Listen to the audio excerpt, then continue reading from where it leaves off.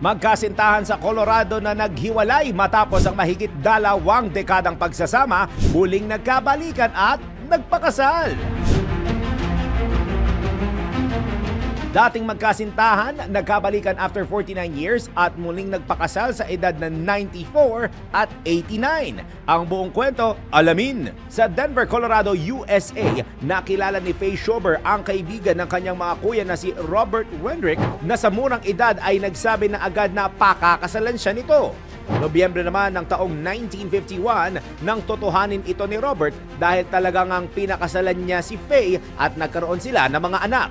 Ngunit matapos ang 24 na taon na pagsasama ay nag-divorce ang dalawa noong 1975 at nagkaroon ng kani-kaniyang mga buhay. Ikinasal sa iba at nagkaroon ng mga bagong pamilya. Ikinasal si Faye kay Don Gable at nagsama sila sa loob ng 42 years bago namatay ang lalaki 2 years ago. Habang si Robert naman na 9 na taon ng biyudo ay napangasawa si Carol Schultz, ngunit binawian din ng buhay si Carol.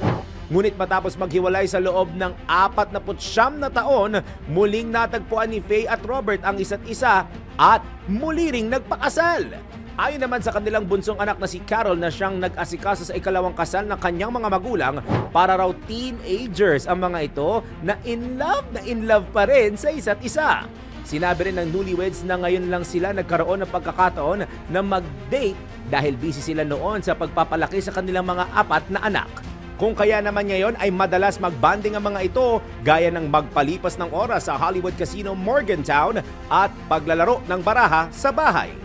Dagdag pa ni Carol, marami raw ang nakakakilala sa kanyang mga magulang dahil ang pictures pala ng mga ito ay nakadisplay sa Park Hill Jewelry kung saan sila nagpasukat ng wedding ring.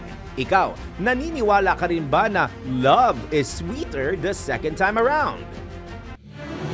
DWIZ Research Report. Report.